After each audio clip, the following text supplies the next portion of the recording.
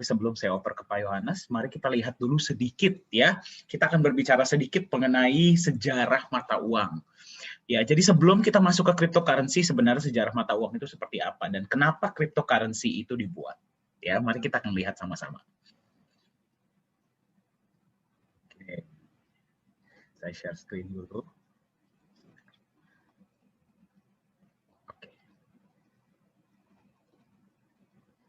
Oke, layar saya kelihatan ya. Saya perbaiki dulu. Share sound.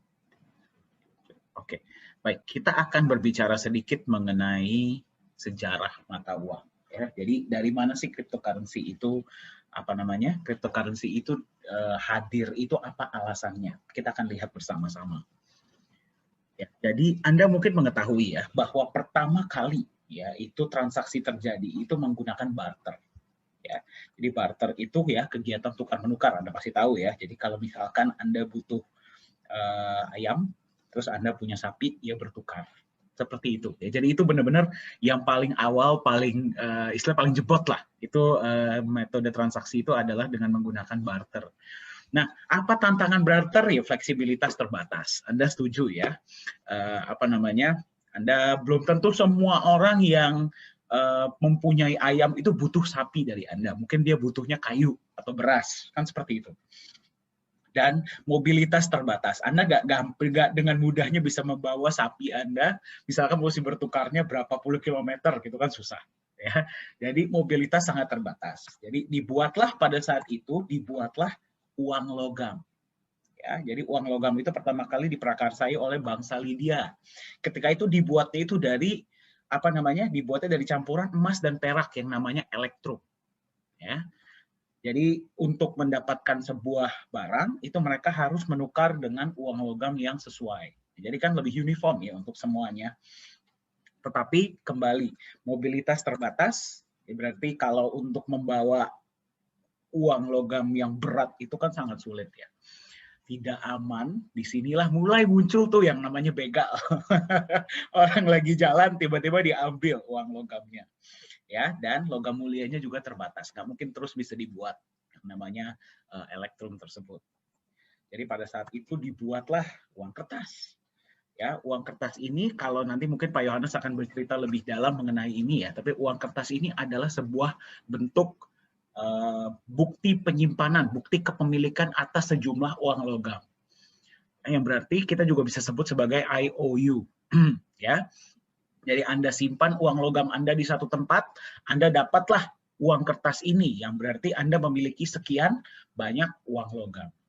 Tetapi tantangan utama dari uang kertas atau uang kertas berpindah menjadi uang fiat ya, yang berarti tidak ada backupnya. Ya, itulah tantangan utamanya sebenarnya. Ya, beberapa tantangannya adalah yang pertama tidak aman, yang kedua nilainya terus berkurang. Ya, berarti dengan lebih banyaknya uang kertas ini di-print oleh bank sentral, oleh yang meng-issue ya, berarti nilai dari uang kertas tersebut itu terus berkurang. Itulah kenapa kita memiliki yang namanya inflasi.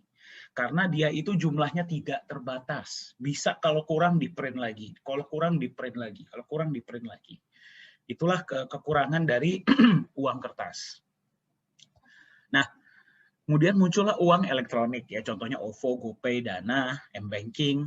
Apakah uang elektronik ini menyelesaikan tantangan dari inflasi? Tidak, dia hanya memudahkan saja. Ya, tapi dengan munculnya uang digital, muncullah permasalahan-permasalahan baru. Contohnya tentang pemalsuan. Kalau misalkan Anda menggunakan mata uang, misalkan alat transaksi digital, misalkan OVO, GoPay, Dana, dan sebagainya, data Anda hanya disimpan di satu server saja, yaitu server perusahaan tersebut atau server bank tersebut. Yang jadi pertanyaan adalah, bagaimana kalau server tersebut dijebol atau dihack? Ya, dan yang kedua, kita tahu dari mana data kita itu benar-benar disimpan dan tidak diperjualbelikan. Ya, jadi mungkin Anda pernah baru buka bank, ya tiba-tiba besoknya udah dapat tawaran kartu kredit. Nah, itu kan kita nggak tahu dari mana.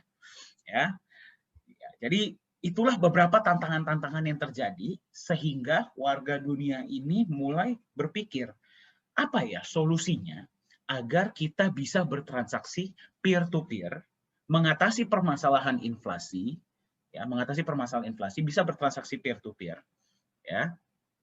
Apa solusinya? Apa yang harus kita perlakukan? Jadi tidak ada yang namanya pihak ketiga. Itulah di mana munculnya cryptocurrency. Ya, jadi mata uang kripto ini muncul untuk sebenarnya menyelesaikan tantangan-tantangan yang ada di sistem keuangan yang sudah ada sekarang. Jadi dia itu berbentuk revolusi istilahnya ya, revolusi untuk istilahnya kita menciptakan sebuah mata uang baru yang tidak akan kena inflasi, tidak hanya divalidasi oleh otoritas sentral dan bisa dari kita, oleh kita, untuk kita.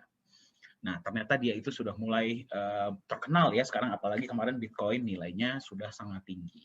Nah, apa perbedaan dari cryptocurrency dan uang digital dan uang-uang lainnya? Ya, dan apa sih sebenarnya potensi ke depannya? Nah, itu yang akan bawakan bukan saya. Ya, sebentar saya stop share dulu. Yang akan bawakan sesi selanjutnya ini adalah CEO dari Nagaya Technologies. Ya, beliau sudah sekarang kita sudah berkecimpung di dunia cryptocurrency ini sudah 3 sampai 4 tahun. Ya, jadi beliau yang akan berbagi. Untuk itu saya persilahkan CEO Nagaya Technologies Pak Yohanes Chandra untuk berbagi mengenai cryptocurrency. Silahkan Pak. Ya, baik. Terima kasih Pak Dhani. Suara saya kedengeran? Oke. Ya, jadi selamat pagi Bapak-Bapak, Ibu-Ibu. Ya, selamat datang dan terima kasih ya sudah meluangkan waktunya di hari Sabtu ini ya untuk menghadiri. Kita ingin memberikan sedikit ya tentang cryptocurrency itu apakah bisa menjadi future of money. Ya, saya juga berterima kasih banyak ke Dr. Anton dan juga Ibu Leli yang sudah menginisiasi untuk acara hari ini. Ya, jadi kalau kita melihat, tadi Dr. Anton udah bilang ya, ini fenomena yang cukup luar biasa, terus kemudian juga bahkan Bank Sentral kita, Bank Indonesia itu berencana untuk menerbitkan mata uang digital. Nah, apakah mata uang digital yang nantinya diterbitkan oleh Bank Indonesia ini sebuah cryptocurrency? Itu jawabannya tidak. Jadi di sini juga kita akan membahas apa sih bedanya tentang mata uang digital dan cryptocurrency. Ya. Jadi saya akan mulai dengan share screen saya.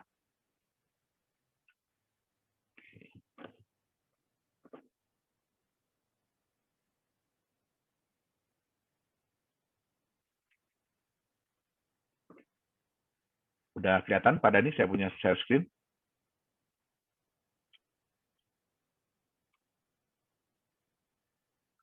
Oke. Ya. Jadi apa sih mata uang kripto? Ya. Mata uang kripto adalah sebenarnya sebuah aset digital. Ya, jadi Bapak Ibu nggak bisa pegang bentuknya. Jadi nggak ada fisiknya. Kalau ditanya Bitcoin itu bentuknya seperti apa sih? Ya, terus kemudian kalau ada yang bilang, saya pernah lihat loh koinnya Bitcoin. Ya, itu bukan Bitcoin. Ya, itu orang mungkin bikin mock up ya, semacam apa ya, souvenir lah. Ya, dalam bentuknya itu dibuat seperti logonya Bitcoin. Ya, tapi Bitcoin itu Bapak Ibu tidak bisa pegang. Jadi tidak ada fisiknya. Dia digital, ya kan? Yang memang dirancang itu untuk media pertukaran. Jadi pada awalnya itu belum dibuat sebagai sebuah mata uang ya, karena gini, konsep mata uang itu baru bisa dibilang mata uang kalau memang ada orang yang mau menerima sebagai alat pembayaran. Ya, nah, jadi pada awalnya itu adalah sebagai media pertukaran. Jadi contoh ya menggunakan kriptografi yang kuat. Ya, terus sistem blockchain dan ledger yang terdistribusi. Nah, ini kita lihat, ini adalah 3 kunci dari sebuah mata uang kripto. Ya, yaitu kriptografi. Kriptografi itu artinya data-data Bapak Ibu itu dienkripsi. Jadi, contoh password ya. Kalau Bapak Ibu misalnya passwordnya mau tahu aja deh lo gitu ya. Nah, itu tidak akan muncul mau tahu aja deh lo di dalam sistemnya, tetapi itu berupa angka dan huruf yang di random, diacak ya. Nah, terus kemudian dia menggunakan sistem blockchain. Sistem blockchain ini pun di dunia database itu sebenarnya sudah lama digunakan ya, dan ledger terdistribusi untuk mengamankan transaksi keuangan ya kan, terus untuk mengontrol penciptaan unit tambahan. Jadi mata uang itu yang Bapak Ibu tahu kalau Bitcoin kan pada saat ini kan keluarnya itu 6,25 Bitcoin setiap blok yang terjadi. Ya, jadi itu dikontrol dengan 3 sistem ini. Kemudian untuk memverifikasi aset yang dilakukan, transfer Bitcoin yang dilakukan atau transfer mata uang kripto yang dilakukan itu valid nggak, benar nggak, boleh nggak dilakukan. Ya, nah satu hal yang saya ingin katakan adalah kenapa ya kita di sini tidak membahas hari ini, kita nggak ngebahas nih apa sih itu kriptografi secara detail ya, apa itu sistem blockchain secara detail, ledger distribusi secara detail, nanti Bapak Ibu pasti ngantuk semua ya. Nah, ini 3 hal ini ya. Jadi sebenarnya gini, Bitcoin itu bukan menggunakan teknologi yang wow. Ya, tadi saya lihat di background-nya Dr. Anton itu ada AI ya. Nah, itu adalah teknologi yang wow ya. Tapi apa teknologi yang digunakan oleh Bitcoin? Ya, itu bukan teknologi yang wow, Bapak Ibu. Ya, jadi banyak teknologi-teknologi yang digunakan oleh mata uang kripto itu bukan sesuatu yang luar biasa. Ya. Bahkan kalau kita di dunia programming, ya kan, kita ngelihat sistem yang dipakai sama Bitcoin itu kita cukup amazed. Amazed-nya kenapa? Sesuatu yang sangat simple, sesuatu yang orang tidak pernah duga bahwa ini bisa menjadi hal yang luar biasa. Ya, tetapi yang harus diingat begini, Bitcoin atau seseorang yang namanya Satoshi Nakamoto, dan saya yakin itu bukan orang Jepang, ya, dia berhasil menggabungkan 3 buah konsep, yaitu konsep enkripsi, sistem blockchain, dan ledger yang terdistribusi. Karena dia berhasil menggabungkan 3 konsep ini, sehingga menciptakan sebuah aset yang sangat aman. Ya, secara teknologi ya, sangat aman. Oke. Nah, apa sih karakter utama dari sebuah mata uang kripto? Jadi untuk bisa dinyatakan mata uang itu sebagai mata uang kripto atau aset kripto itu apa? Yang pertama, jumlahnya harus terbatas. Ya, karena memang ini dibuat, jadi karakter ini dibuat untuk melawan mata uang fiat atau mata uang yang dibuat oleh bank sentral. Ya, kemudian diregulasi oleh konsensus. Ya, sehingga apapun yang terjadi di dalam sistemnya itu harus merupakan kesepakatan bersama, keputusan mayoritas. Nah, hebatnya keputusan mayoritas ini dibuat berdasarkan sistem, ya, sistem program. Jadi program, bukan orang. Jadi nggak kayak kita nih, ya, kita lagi ngumpul nih ya, ada 100 orang di dalam Zoom meeting ini, terus kemudian Pak Dhani bertanya, oke, setuju nggak kalau kita begini? Nah, nanti semua orang ngangkat tangan. Ya, nah di sini orangnya tidak perlu hadir, tetapi semuanya sudah diatur oleh sistem. Ya, kemudian trustless. Di mata uang kripto itu tidak ada yang dipercaya. Apa maksud tidak ada yang dipercaya? Ya, kalau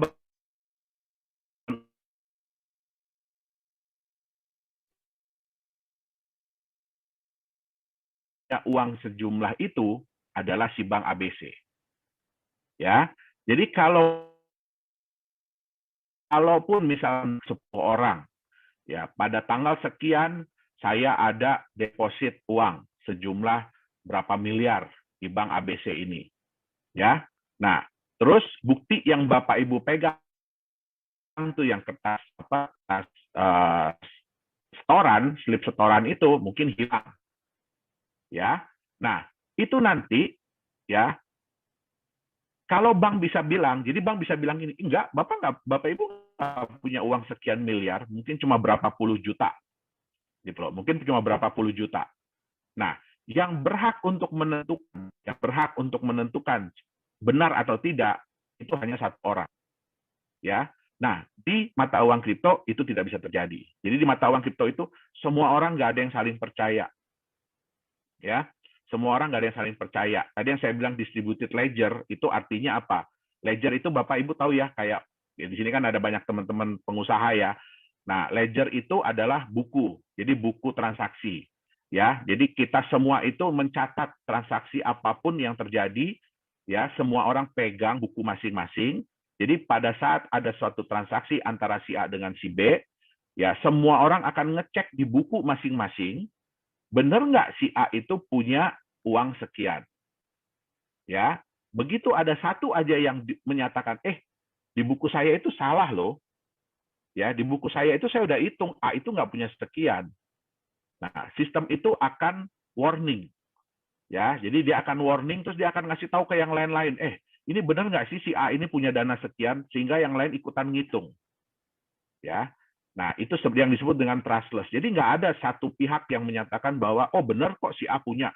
Terus kalau ada yang lain bilang nggak, dia nggak punya, nah itu, terus dia bilang, apa yang si pihak yang paling utama ini nggak bisa bilang, oh nggak peduli saya, ya di buku saya dia benar. Nah, itu nggak bisa terjadi.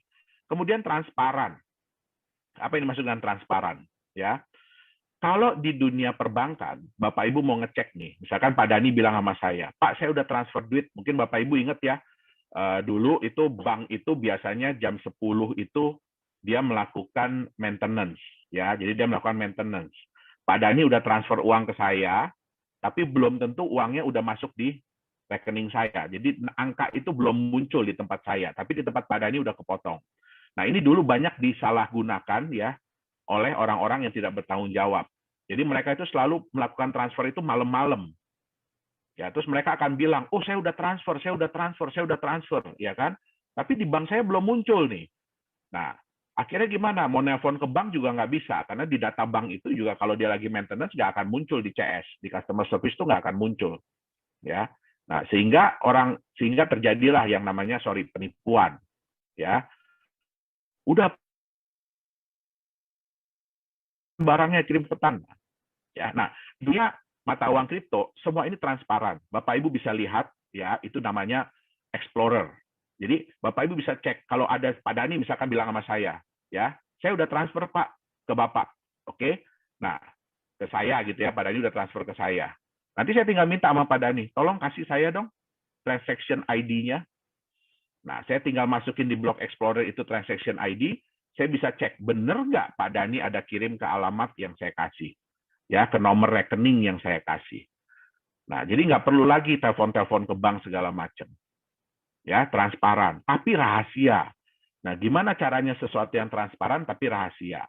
Ya, nah di dunia cryptocurrency, di dunia mata uang kripto, ya, orang itu dikenal dengan yang namanya wallet address. Jadi alamat wallet, alamat dompet. Nah, ini bentuknya adalah kombinasi antara angka dengan huruf yang panjang sekali. Ya, sehingga siapa yang bisa mengetahui? Ada nih, semua orang bisa tahu, oh ada transferan dari si alamat wallet A ke alamat wallet B. Tapi sejauh itu aja mereka bisa tahu. Mereka nggak bisa tahu siapakah si A, siapakah si B. Yang tahu hanya si A dan si B. Nah, itu dia. Jadi walaupun transparan tapi rahasia. Kemudian sulit dimanipulasi.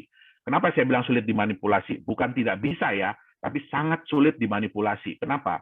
Karena setiap orang itu memegang buku besar, buku transaksi itu setiap orang pegang.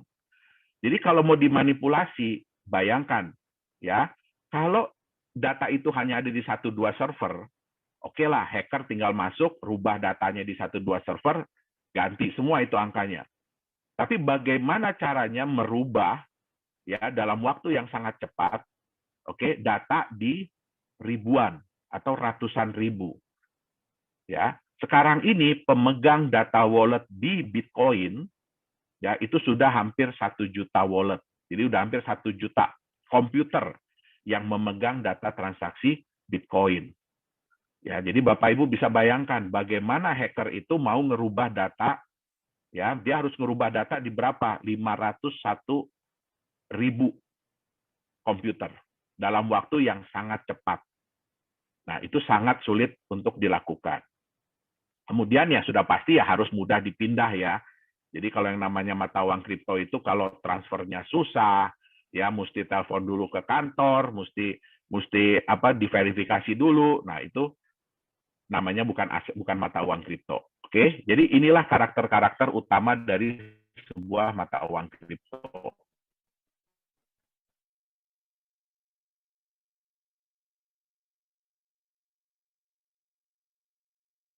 Sudah memulai ya digital money-nya. Nah, apa bedanya antara mata uang kripto dengan digital money? Oke. Yang pertama adalah mata uang kripto itu adalah sebuah mata uang independen. Jadi kalau ditanya Bitcoin itu dibuat oleh siapa, itu nggak ada yang bisa jawab. Ya, dia terkait dengan mata uang apa, itu tidak ada jawabannya. Oke, jadi dia mata uang independen. Digital money itu berdasarkan mata uang fiat. Ya, contoh apa sih digital money? Digital money pertama yang pernah hadir itu adalah ATM. Ya, Bapak Ibu kan pasti hampir semua orang di sini pasti pegang ATM ya. Nah, itu adalah digital money yang pertama kali dibuat. Kemudian muncullah kartu kredit. Ya. Kemudian muncullah payment gateway. Ya, sekarang ada digital wallet. Bapak Ibu mungkin tahu yang terkenal tuh GoPay, ya kan, Dana, OVO, ya kan. Nah, itu semua adalah digital money. Jadi mereka terkait dengan mata uang fiat. Ya. Itu sebabnya mereka tidak bisa dipakai di negara lain. Jadi Bapak Ibu nggak bisa ya punya OVO atau punya Dana atau punya GoPay terus pergi ke Singapura pengen bayar pakai itu, nggak bisa. Ya, karena mereka itu terkait dengan mata uang lokal. Oke. Nah, mata uang kripto itu ya sayangnya sampai saat ini tuh tidak diregulasi. Ya, jadi tidak ada yang meregulasi mata uang kripto. Ya, kalau mata uang digital money itu diregulasi oleh otoritas yang berwenang. Ya, contohnya untuk GoPay, Dana, OVO, ya itu diregulasi oleh Bank Indonesia, Bank Sentral. Oke. Nah, kalau mata uang kripto itu verifikasinya terdistribusi yang saya tadi bilang. Ya, kalau di digital money verifikasinya sentral. Sentral itu maksudnya gimana? Waktu Bapak Ibu mau bayar pakai GoPay, siapa yang menyatakan Bapak Ibu berhak untuk membayar sejumlah sekian? Yaitu pihak GoPay-nya. Kalau pakai OVO, ya pihak OVO-nya. Nah, itu dia bilang dengan verifikasi sentral. Ya, jumlahnya terbatas. Mata uang kripto itu jumlahnya terbatas. Bitcoin sampai kapanpun jumlahnya maksimum hanya 21 juta. Ya, sekarang yang sudah beredar 18 jutaan. Contoh di Nagaya, ya maksimum yang beredar nantinya adalah 50 juta. Nah, sedangkan untuk digital money jumlahnya tidak terbatas. Karena dia mengikuti mata uang fiat. Ya, Bapak Ibu tahu sudah berapa banyak mata uang rupiah yang beredar? Dan apakah jumlahnya selalu tetap dari tahun-tahun yang lalu? Tidak. Dia jumlahnya selalu bertambah. Nah, kemudian bedanya lagi mata uang kripto itu diterbitkan berdasarkan konsensus. Jadi contoh kayak Bitcoin. Kalau sudah dinyatakan saat ini keluar 6,25, ya itu nggak bisa tiba-tiba berubah, kita mau tambah deh. Sekali keluar jangan 6,25 deh, bikin jadi 50 lagi, itu nggak bisa. Karena sekali sudah dijalankan, konsensus itu sudah berjalan, selamanya akan seperti itu. Nah, berbeda dengan digital money, itu diterbitkan oleh otoritas.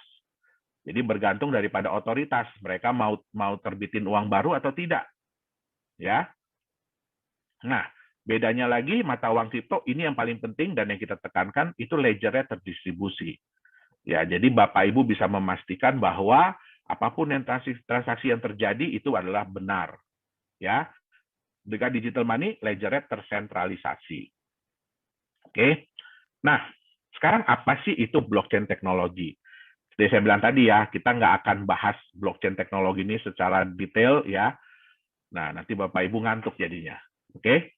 Nah, apa itu blockchain teknologi? Ya, blockchain teknologi itu adalah sistem database yang memiliki karakter data yang bersifat immutable. Jadi sekali sudah dilakukan, itu tidak bisa diedit. Ya, tidak bisa dihapus. Kalau mau diedit, mau dihapus, bayangin harus mengedit dan menghapus ratusan, ribuan, bahkan ratusan ribu jutaan data. Jadi itu bisa dibilang udah nggak bisa dihapus lagi, udah nggak bisa diedit. Hanya bisa ditambahkan. Ya, kemudian juga sulit untuk dimanipulasi. Nah, di mana data-data tersebut dikelompokkan ke dalam satu grup data yang disebut dengan blok. Nah, hebatnya lagi, blok ini harus bisa terhubung dengan blok-blok sebelumnya. Ya, dan semuanya dikriptografi. Ya, jadi kalau mau ngerubah blok yang nomor 10, ya, berarti blok dari nomor 1 harus dirubah. Nah, itu nggak gampang. Oke. Nah, cara kerjanya gimana sih? Ya. Nah, Bapak Ibu contohnya nih, ada si A yang mengirim 1 Bitcoin kepada si B. Nah, data ini akan dikirimkan, ya. Data ini akan dikirimkan kepada semua pemegang wallet. Nah, data-data yang dikirimkan ini nantinya akan dibuat menjadi 1 blok dan kemudian dienkripsi. Nah, itu ada beberapa, ya, ada beberapa mesin. Jadi bukan orang yang menghitung, ya.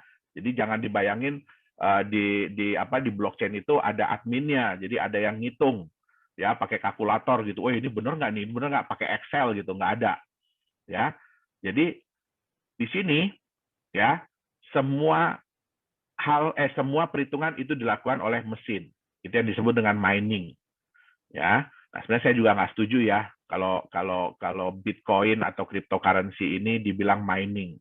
Itu hanya sebuah anggapan, ya, sebuah anggapan seolah-olah untuk menunjukkan bahwa mata uang kripto itu setara dengan emas, ya, setara dengan emas. Nah, itu saya sangat nggak setuju, karena saya tahu, ya, susahnya, beratnya, capeknya nambang beneran, ya, nambang beneran dibanding dengan menambang Bitcoin. Ya, saya juga menambang Bitcoin dari tahun 2011. Oke. Nah, setelah ini kemudian, ya, transaksi ini dinyatakan benar oleh miners, oleh mesin-mesin yang memining, ya, kemudian juga disetujui oleh orang-orang yang megang ledger, yang memegang data, baru kemudian blok yang disetujui ini akan ditambahkan kepada blok-blok yang sudah ada sebelumnya. Sehingga itulah yang disebut dengan blok itu terverified. Ya, jadi sistemnya seperti itu. Oke. Sebenarnya blockchain ini peluangnya di mana aja sih? Tadi ingat, ya. Jadi di blockchain ini salah satu kata kuncinya adalah data itu tidak bisa dipalsukan. Data itu tidak bisa diedit, ya. Data itu tidak bisa ada double, jadi tidak bisa ada ganda. Nah, sebenarnya ini bisa dipakai di mana? Transparan dan rahasia. Ya, kita tahu, ya, kan kalau kita suka ikut pemilu, ya. Nah, itu kan transparan tapi rahasia. Nah, jadi blockchain ini sebenarnya bisa juga dipakai untuk berbagai industri. Contohnya pemilihan umum, ya. Terus kemudian sertifikat. Kita tahu, ya, sering terjadi, ya. Oh, sertifikat tanah itu bodong atau double, ya kan?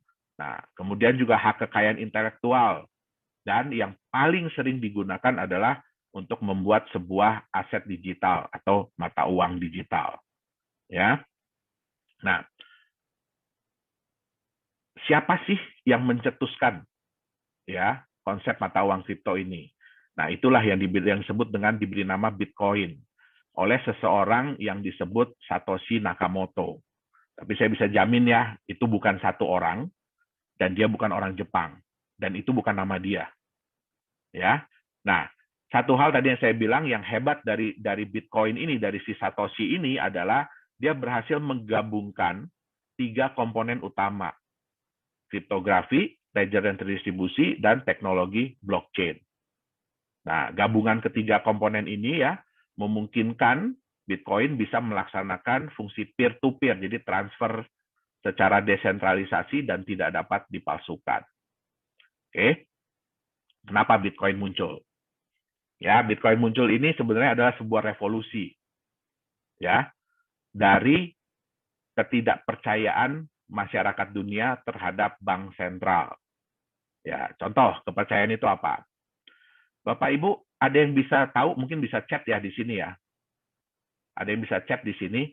Sebenarnya uang yang Bapak Ibu pegang, selain daripada yang selama ini kita pelajari, ya, itu kan sebagai alat tukar yang sah, ya. Ada yang tahu nggak sih itu sebenarnya apa? Uang yang Bapak Ibu pegang itu sebenarnya apa? Mungkin bisa dibagi di chat.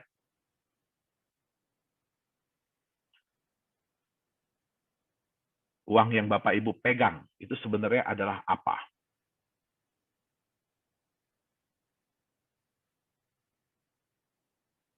Mungkin Pak Dani udah ada belum Pak yang ngechat Pak? Di sini saya nggak bisa chat Pak Dani.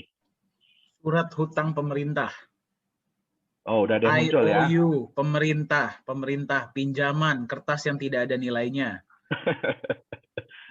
Ya, betul. Alat pembayaran, ya. Ya, jadi benar itu yang dibilang hutang. Ya, jadi sebenarnya uang, ya uang yang Bapak Ibu pegang itu adalah surat hutang. Ya, pertanyaannya adalah siapa yang berhutang? Ya, yang berhutang itu adalah orang yang bikin pastinya. Ya, jadi siapa yang menciptakan uang itu? Jadi seolah-olah kayak begini, ya, saya berhutang kepada Pak Dani. Terus kemudian saya bilang, Pak Dani, ini saya bayar pakai kertas ya.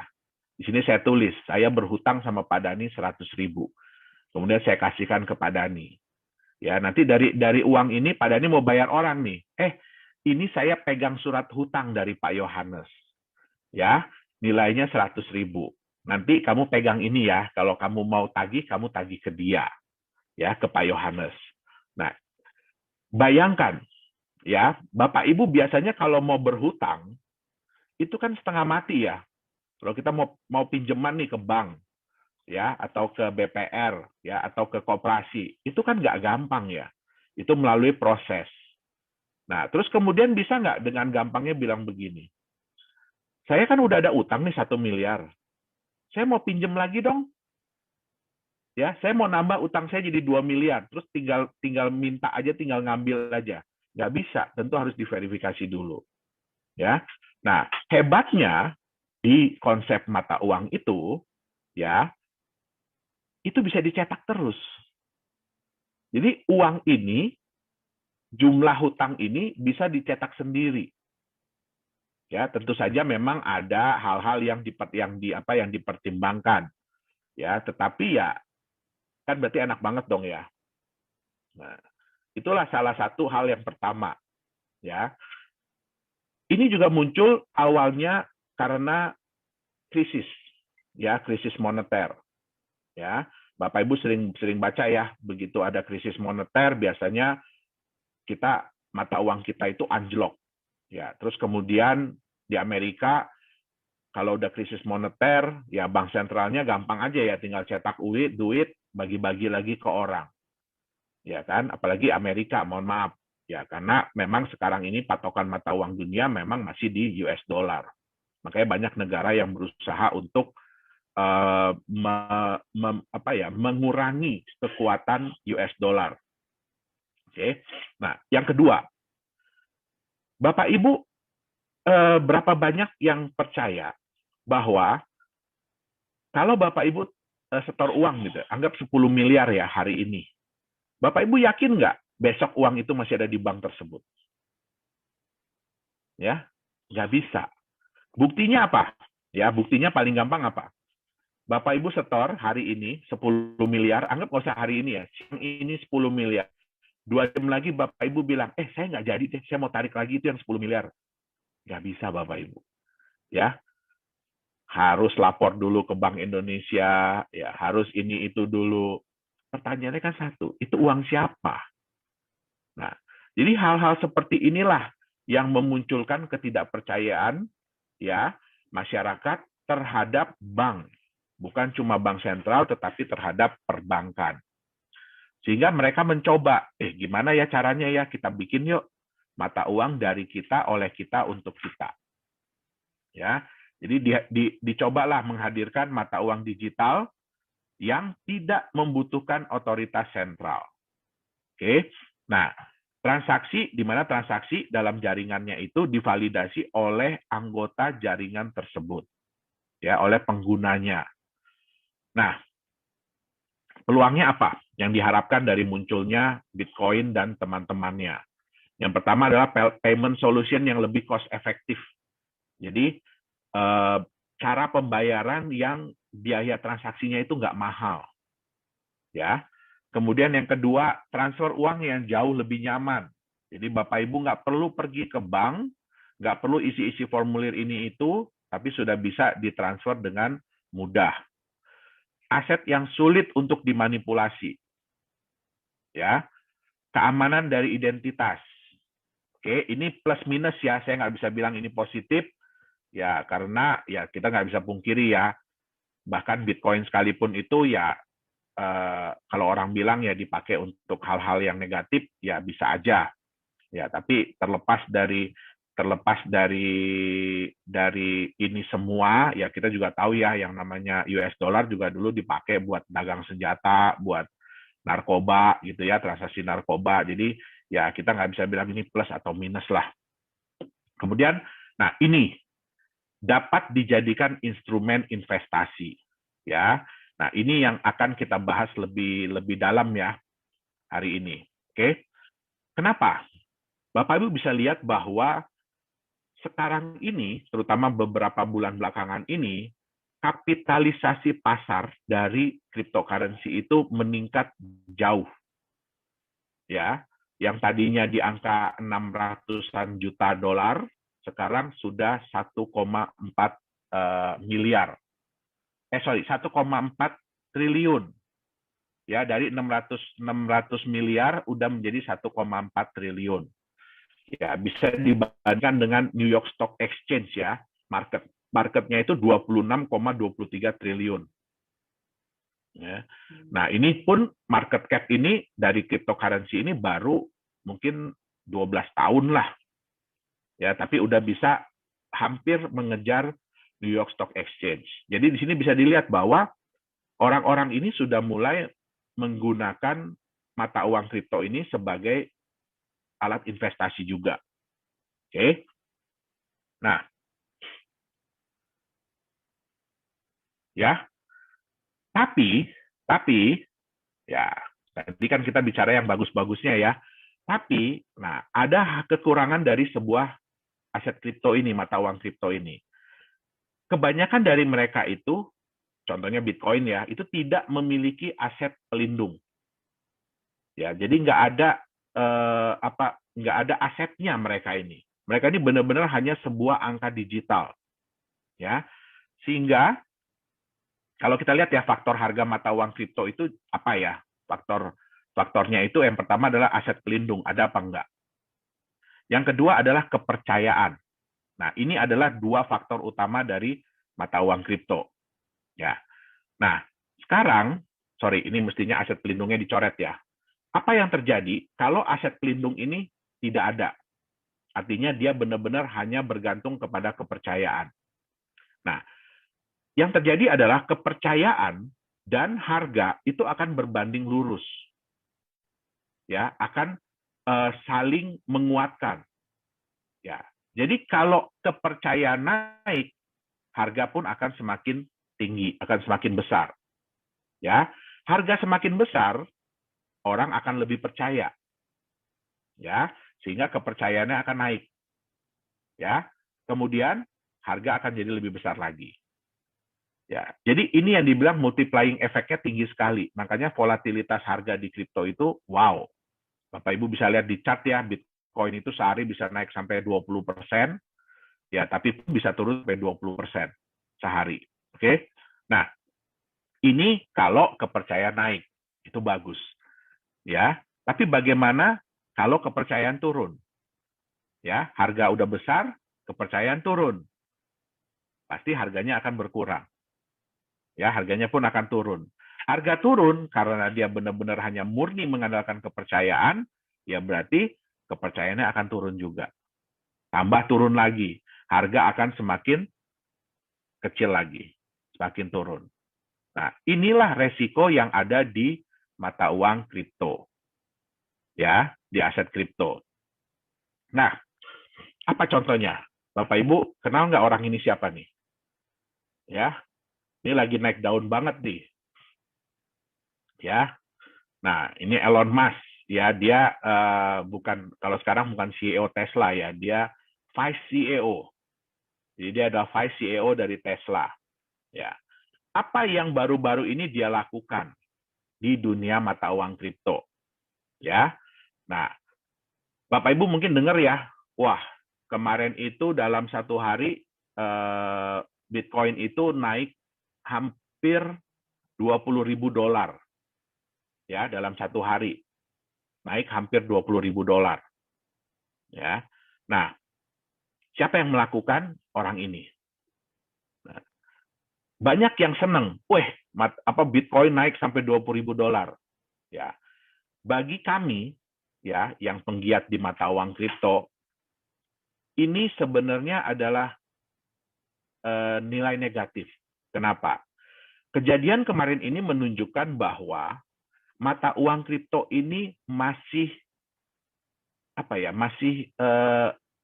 fragile, jadi masih rapuh, ya, belum bisa dibilang sebagai aset yang kuat, belum bisa dibilang sebagai aset yang mature, yang dewasa, ya. Apa yang terjadi kemarin? Ya, ini kalau mungkin Bapak Ibu belum kepikiran apa sih strategi yang dilakukan oleh yang namanya Elon Musk ini. Ya, jadi pertama kali itu dia mencoba ya, ini mata uang kripto ini seberapa kuatnya sih. Jadi dia nyoba-nyoba dulu dengan mata uang yang namanya Doge. Doge itu kalau di dunia kripto itu sudah dianggap ya itu mata uang receh lah. Ya, jadi dia coba dulu. Dia coba nge-tweet ya, I love Doge. Ya, Doge itu adalah luar biasa lah ibaratnya ya. Dan terbukti dari omongan dia ya, Doge naik. Ya, harga Doge naik hanya gara-gara dia ngomong. Dia nggak beli loh. Hanya gara-gara dia ngomong. Ya. Terus kemudian dia tweet lagi kedua kali. Di Doge juga. Harganya naik. Ya. Dia coba lagi di beberapa mata uang kripto, harganya naik. Ya, wah, itu menunjukkan apa? Ya, bahwa dengan omongan orang terkenal, ya, harga itu bisa diatur. Oke, akhirnya apa yang dilakukan? Dia perintahkan Tesla untuk membeli Bitcoin senilai $1,5 miliar. Ya, kemudian ya dia kan harus lapor ya ke SEC ya. Jadi dilaporkan, oke, masuklah. Ya, laporan itu kan itu publik, semua orang bisa tahu. Hebohlah dunia. Wah, Elon Musk membeli Tesla. Elon Musk menyuruh Tesla untuk membeli Bitcoin dan bilang bahwa nantinya Tesla akan menerima Bitcoin sebagai alat pembayaran.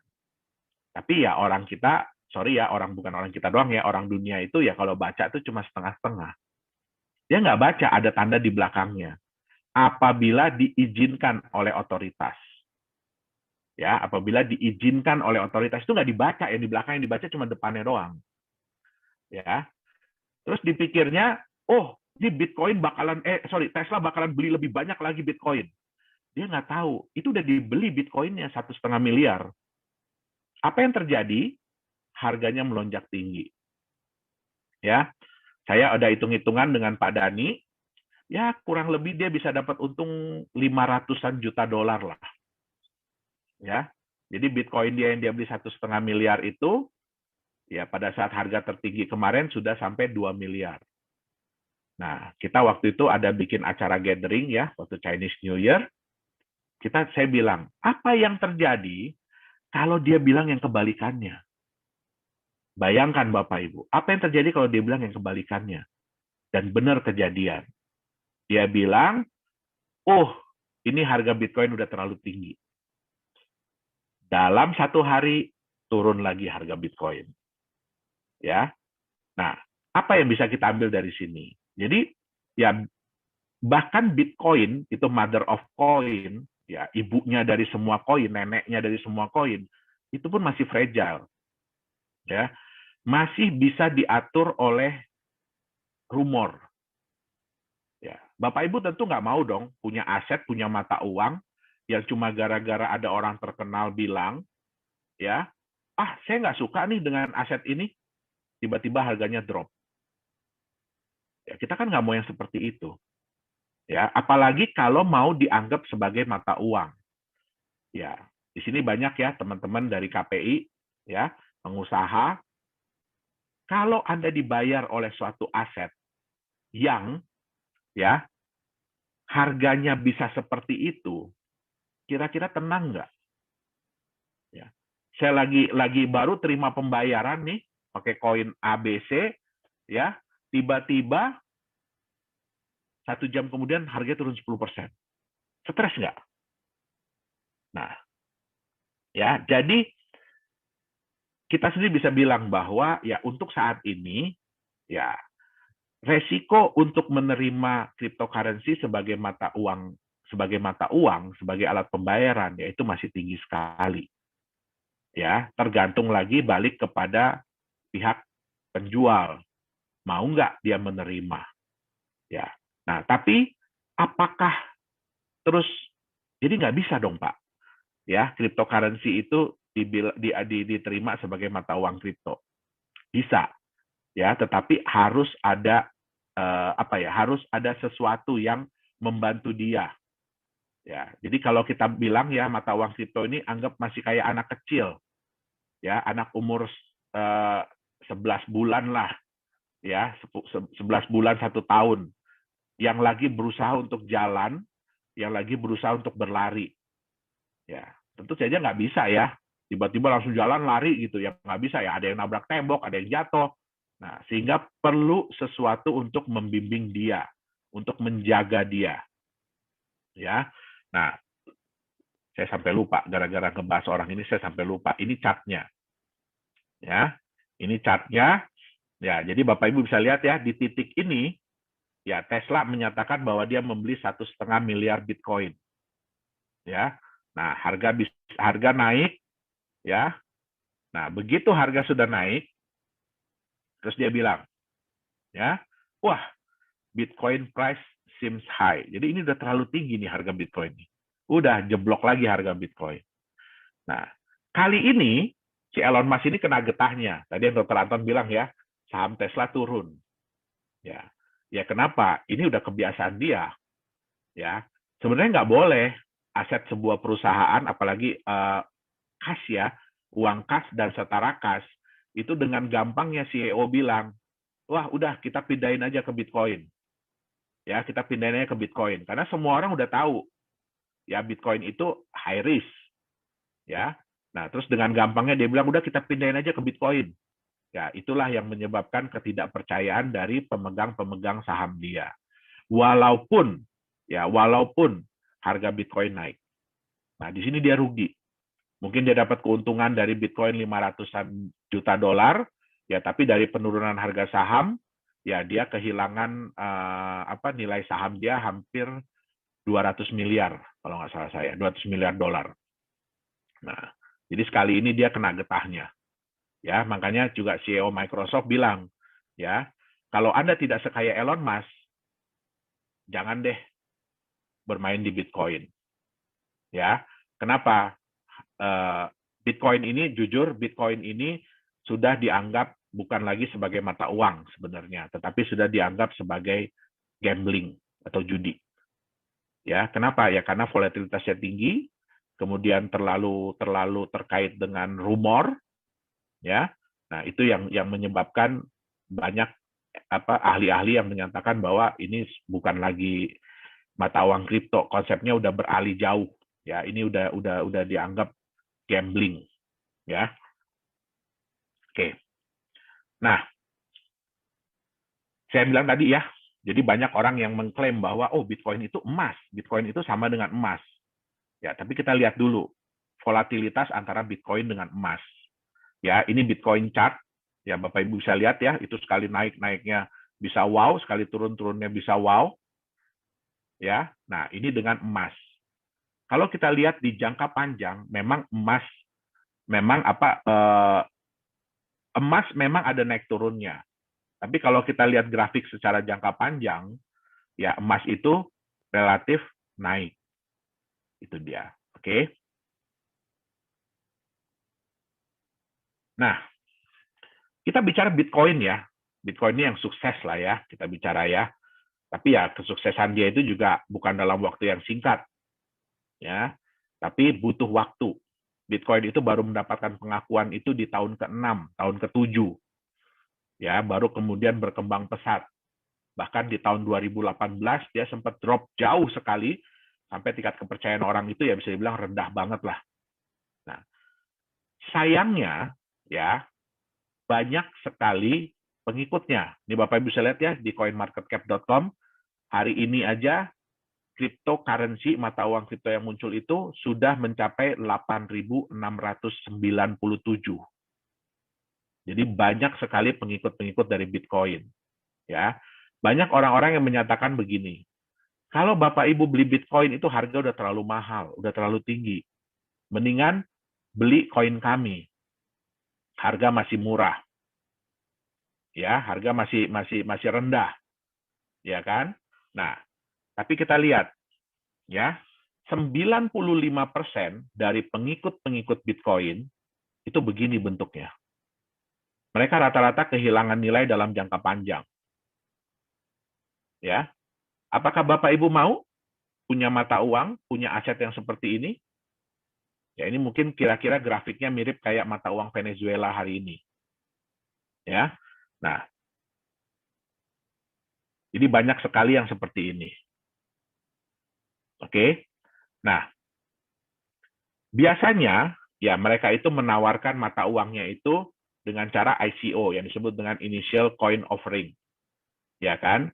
Yang ini merupakan sebenarnya adalah penggalangan dana di mana startup ya, jadi biasanya perusahaan-perusahaan baru mengeluarkan koin mereka sendiri untuk ditukarkan dengan mata uang fiat atau koin-koin lain yang sudah lebih established, yang udah lebih jadi lah, udah ada marketnya. Oke. Nah, sayangnya ya ini juga harus hati-hati ya. Sayangnya banyak koin-koin ini yang akhirnya berujung scam. Ya, ini bisa kita lihat ya. Ini Pincoin dan iPhone, ya, ini yang paling heboh. Kenapa? Karena mereka menggunakan public figure di Amerika. Yaitu ada petinju terkenal, ya, ada penyanyi terkenal, ya mereka mengendorse dari koin ini dan kenyataannya koin ini akhirnya scam. Ya. Dan di Indonesia banyak sekali, ya, bukan nggak ada ya, tapi di Indonesia juga banyak yang akhirnya berujung dengan scam. Ya. Oke. Nah, tipe-tipe apa sih yang bisa Bapak Ibu temukan ya di ICO? Yang pertama adalah ICO tuh dengan konsep yang benar. Jadi konsepnya itu benar dan berpotensi naik untuk jangka panjang. Jadi yang seperti saya bilang, Bitcoin sekalipun yang koin pertama itu butuh waktu ya untuk kenaikan nilai. Oke. Yang kedua, ICO dengan konsep bisnis yang tidak realistis. Contoh, kalau Bapak Ibu menemukan cryptocurrency yang menyatakan bahwa nantinya akan bisa dipakai sebagai alat pembayaran di Indonesia, itu tidak realistis. Ya, kenapa? Indonesia ini hanya menerima satu mata uang, satu alat pembayaran, yaitu rupiah. Bahkan Bapak Ibu tidak bisa bayar pakai US dollar, tidak bisa bayar pakai mata uang lain. Itu contohnya salah satu. Kemudian, ya contohnya adalah yang memberikan memberikan janji imbal hasil yang luar biasa. 1% sehari, 3% sehari, 30% sebulan, ada yang 100% sebulan. Nah, itu tidak realistis. Oke.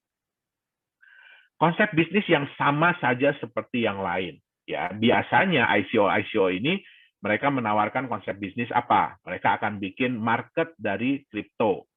Ya, tadi mungkin nanti bisa lihat ya di CoinMarketCap hari ini market dari kripto, jadi orang-orang yang berusaha menyediakan tempat jual beli kripto itu sudah 35.000 market.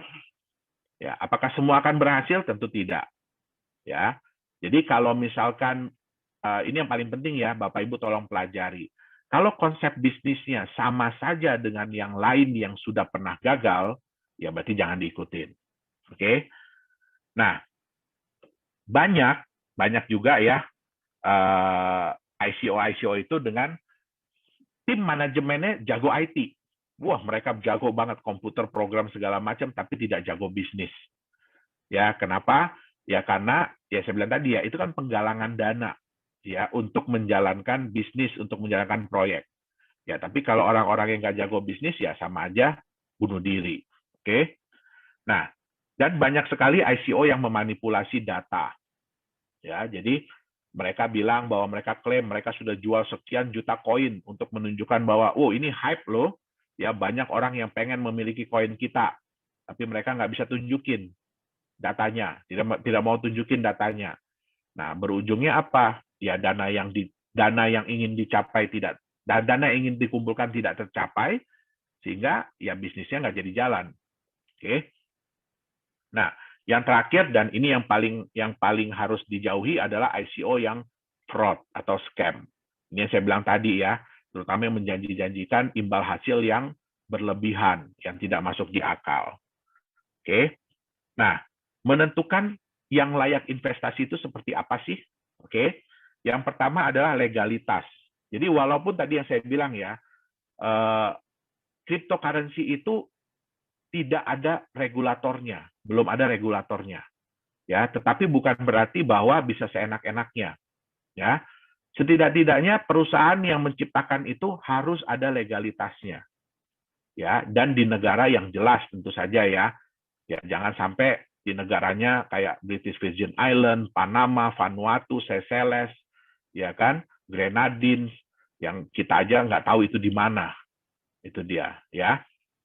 Yang kedua, ya ini legalitas ini yang pertama juga siapa foundernya, bagaimana background mereka, ya. Apakah benar perusahaan itu terdaftar? Nah, ini harus dicek ya. Jadi jangan cuma ngaku-ngaku, oh perusahaan kita terregistrasi di mana? Ya itu harus dicek benar nggak perusahaannya terdaftar di negara tersebut. Nah, yang kedua adalah konsepnya, ya. Satu yang paling penting ya, ini kata-kata gini, sesuatu yang terdengar terlalu bagus, terlalu indah, itu kadang-kadang nggak benar. Nah, jadi yang paling penting adalah konsepnya itu masuk di akal dan mudah dipahami atau tidak. Ya, mungkin nggak konsep mereka itu dilakukan, mungkin nggak konsep mereka itu terjadi. Oke, yang terakhir adalah apa timbal balik yang akan Anda dapatkan dari bisnis yang dijalankan. Ingat, yang namanya ICO itu, ya, yang namanya ICO itu penggalangan dana untuk menjalankan bisnis. Jadi seperti saham, ya, tapi mereka bukan jualan saham perusahaannya, itu seperti saham, ya. Tentu saja ya harus ada dong timbal balik apa yang didapatkan dari bisnis yang dijalankan. Oke. Nah, apa yang mengangkat nilai dari kripto itu sendiri? Jangan hanya rumor, jangan hanya kata-kata orang, ya, tapi harus ada apa sih sesuatu apa yang akan mengangkat nilai mata uang kripto itu sendiri. Nah, jadi kesimpulannya mata uang kripto sebagai masa depan, ya, bagus. Sebenarnya mata uang kripto ini kalau dibuat sebagai uang masa depan itu bagus. Kenapa? Jumlahnya terbatas yang pertama. Ya, ini tentu saja bisa mengurangi inflasi. Ya. Yang kedua, desentralisasi, tidak ada dominasi dari bank sentral. Ya, sehingga siapa yang mengatur, siapa yang menentukan benar atau tidaknya, ya ini penggunanya sendiri. Ya. Transparan tapi rahasia. Ya, jadi susah ya untuk menipu di dunia kripto ini, untuk nipu bahwa oh saya udah transfer nih ke Pak Dani nih, ya kan? Itu sulit, tapi nggak dilakukan gitu ya. Nah itu sulit karena semuanya transparan. Nah yang terpenting adalah marketnya itu global, ya. Jadi contoh, Bapak Ibu bawa rupiah, ya kalau pergi ke Singapura sih bisa ditukar ya, pergi ke Malaysia bisa ditukar. Tapi coba Bapak Ibu pergi ke negara-negara Afrika Selatan, bisa nggak ditukar di sana? Nah, itu nggak bisa. Ya. Nah, di mata uang kripto ini, ya salah satu keunggulannya tadi apa ya? Sudah ada 35.000 market yang siap untuk menerima, siap untuk menjual beli sebagai tempat pertukaran. Nah, sehingga marketnya lebih global. Tidak dapat dipalsukan. Ya. Nah, kita tahu ya, ya mudah-mudahan ya mata uang digital yang nantinya akan keluar itu pun ya mudah-mudahan tidak dapat dipalsukan, tapi ya itu harus dibuktikan lagi sejalan dengan waktu. Oke. Nah, bisa juga dijadikan sebagai peluang investasi. Ya, nah ini adalah kelebihan-kelebihan dari mata uang kripto. Tetapi yang paling penting adalah orang percaya atau tidak untuk menerimanya. Ya, nah untuk hal-hal ini ya mata uang kripto itu butuh sesuatu ya. Yang pertama adalah mereka butuh aset pelindung. Ya, apa sih aset yang melindungi dari nilai mata uang kripto ini? Yang kedua, butuh konsep bisnis usaha yang masuk akal dan jelas. Ya. Yang ketiga adalah butuh legalitas dan transparansi. Kenapa? Karena paling utama adalah kepercayaan. Jadi bagaimana mata uang kripto ini bisa dipercaya oleh market, ya kan, dan mau diterima sebagai alat pembayaran. Nah, mungkin itu yang bisa saya sampaikan hari ini. Saya kembalikan dulu ke Pak Dhani. Silakan Pak Dhani.